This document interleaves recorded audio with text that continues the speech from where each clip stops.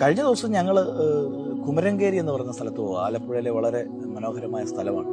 എൻ്റെ വാഹനം കഷ്ടി പോകുന്ന ഒരു റോഡിൽ കൂടെ ഞങ്ങൾ പോവുകയാണ്. അന്ന് അവിടെ ചെന്നപ്പോൾ അവരുമായിട്ടൊക്കെ സംഭാഷണമൊക്കെ കഴിഞ്ഞു. തിരിച്ച് വരുന്ന വഴിക്ക് ഒരു 1.5 കിലോമീറ്റർ വളരെ കഷ്ടപ്പെട്ട് ഞാൻ വണ്ടി ഓടിച്ച് വരിക.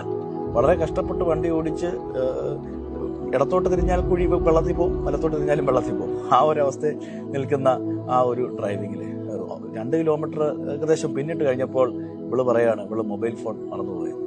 എനിക്കൊരു ദേഷ്യമോ, കാരണം ഞാൻ ഒന്നാമത് ഈ വെള്ളത്തിൽ കൂടെ വണ്ടി ഓടിച്ച് ഭയന്ന് വിറയായിട്ടിരിക്കുകയാണ്.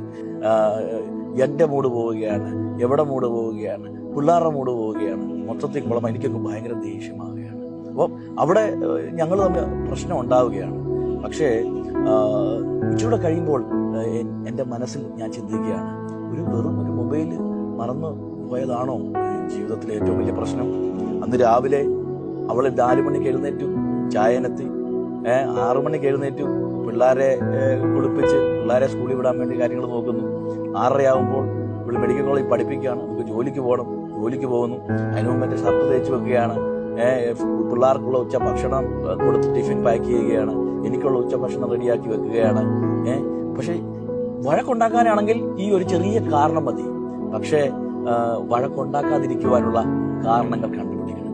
ഞാനപ്പോൾ പറയുന്നത് കാര്യങ്ങൾ, നമുക്ക് ജീവിതത്തിൽ ഒരു വലിയ ദേഷ്യം, ആക്രോശം വരുമ്പോൾ നമ്മുടെ മനസ്സിനെ ഡൈവേർട്ട് ചെയ്ത് വിട്ട് കഴിഞ്ഞാൽ വഴക്കുണ്ടാക്കാൻ ഈ ഒരു ചെറിയ കാരണം, ആ ചെറിയ കാരണത്തിൽ ഈ ചെയ്തതെല്ലാം പോയി. പലപ്പോഴും നമ്മുടെ പ്രശ്നങ്ങൾ തുടങ്ങുന്നത് ചെറിയ ഒരു ഈഗോ ക്ലാഷിലാണ്.